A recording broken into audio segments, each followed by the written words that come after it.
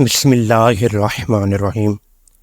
السلام علیکم ناظرین، آج کی ویڈیو میں ہم آپ کو امام حسین علیہ السلام کو کس نے دفن کیا کے حوالے سے معلومات فراہم کریں گے، مگر ویڈیو میں آگے بڑھنے سے پہلے اگر آپ ہمارے چینل پر نئے ہیں تو برائے مہربانی ہمارا چینل الحمد انفو کو سبسکرائب کر لیں، جہاں آپ کو بالخصوص اسلامی ہسٹری اور بالعموم دنیا بھر کی منفرد معلومات پر مبنی ویڈیوز ملتی رہیں گی۔ ناظرین، نواسہ رسول صلی اللہ علیہ وآلہ وسلم کی شہادت کے بعد اولاد رسول صلی اللہ علیہ وآلہ وسلم کو قید کیا گیا۔ نبی کریم صلی اللہ علیہ وآلہ وسلم کی بیٹیوں کو بے پردہ کر کے کوفے اور شام کی طرف لے جایا گیا۔ آگے فوج یزید ناچتی ہوئی جا رہی ہے اور پیچھے پیچھے رسول اللہ صلی اللہ علیہ وآلہ وسلم کی بیٹیاں نواسیاں قید ہو کے بے وارث و مددگار ہو کے چل رہی ہیں۔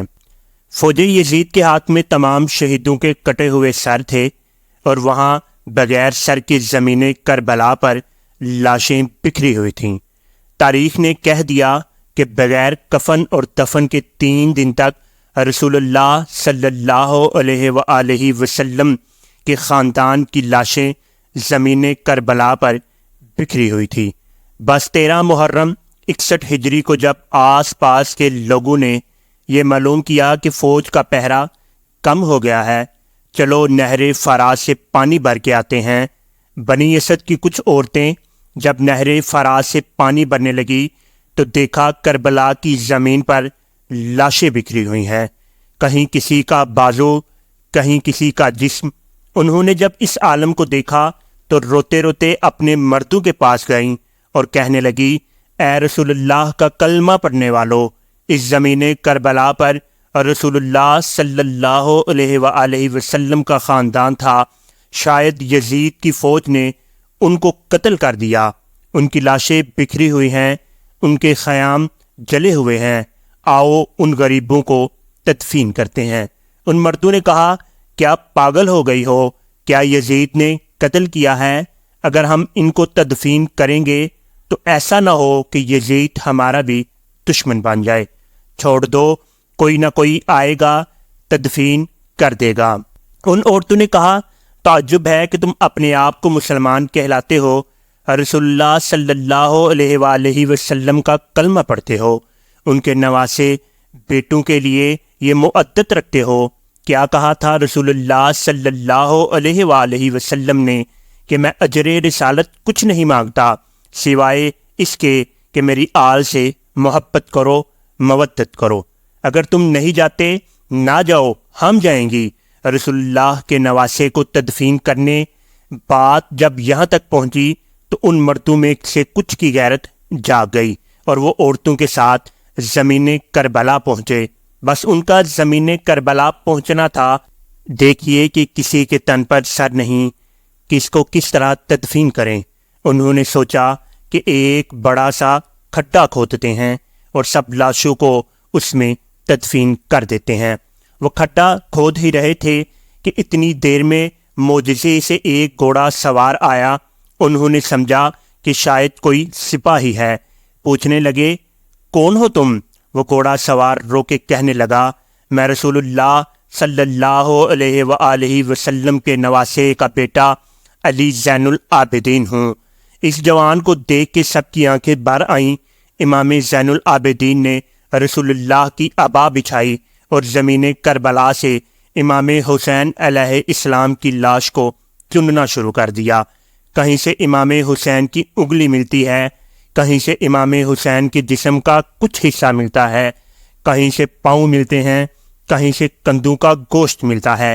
بس امام حسین کی لاش کے ٹکڑوں کو رسول اللہ صلی اللہ علیہ وآلہ وسلم کی عبا میں جمع کرتے ہیں اور ایک جگہ زمین کو تھوڑا سا کھودتے ہیں تو وہاں پہلے سے ہی قبر بنی ہوتی ہے۔ امام حسین علیہ السلام کو اس قبر میں تدفین کرتے ہیں اور ان کے ساتھ اپنے بھائی علی اکبر اور علی اصغر کو بھی تدفین کرتے ہیں اور ایک قبر بنا دیتے ہیں، اور وہاں جو ان لوگوں نے بڑا سا کھڈا کھود دیا تھا وہاں دوسرے لاشوں کو تدفین کرتے ہیں، اور اس جگہ کو آج بھی گنج شہیدہ کہا جاتا ہے، جہاں سب کی لاشیں ایک ساتھ دفن ہیں۔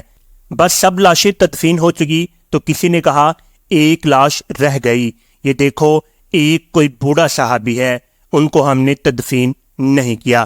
امام سجاد رو کے فرمانے لگے یہ حبیب ابن مظاہر ہے، اللہ یہ چاہتا ہے کہ اس کی لاش ایسی جگہ دفن ہو جہاں جب بھی کوئی امام حسین کے پاس آئے تو ان کو سلام کر کے آئے۔ پھر آپ نے جناب حبیب کو تدفین کیا۔ سب جانے لگے تو امام سجاد نے کہا رکو، ایک لاش رہ گئی۔ لوگوں نے کہا ابھی تو کچھ نظر نہیں آ رہا۔ امام سجاد نے فرمایا آؤ نہر فرات کی طرف۔ جیسے ہی جانے لگے ایک بازو نظر آیا، اور تھوڑا آگے بڑھے دوسرا بازو نظر آیا۔ بس تھوڑا آگے ہی چلنا تھا تو جناب ابو الفضل عباس علمدار کی لاش نظر آئی۔ جناب غازی عباس کو اسی جگہ تدفین کر دیا جہاں وہ گھوڑے کی زین سے زمین پر آئے۔ آج بھی قبر عباس اور قبر حسین ایک دوسرے کے آمنے سامنے ہیں۔ سلام ہو رسول اللہ کے کنبے پر، سلام ہو رسول اللہ کے فرزند پر، سلام ہو ان غریبوں پر جن کی لاش 3 دن تک بے گور و کفن رہی۔ ناظرین، امید ہے کہ آپ کو ہماری ویڈیو پسند آئی ہوگی۔ ملتے ہیں بہت جلد ایک نئی تاریخی، تحقیقی اور معلوماتی ویڈیو کے ساتھ۔ دیکھتے رہیے الحمد انفو۔ اللہ رب العزت آپ کا حامی و ناصر ہو۔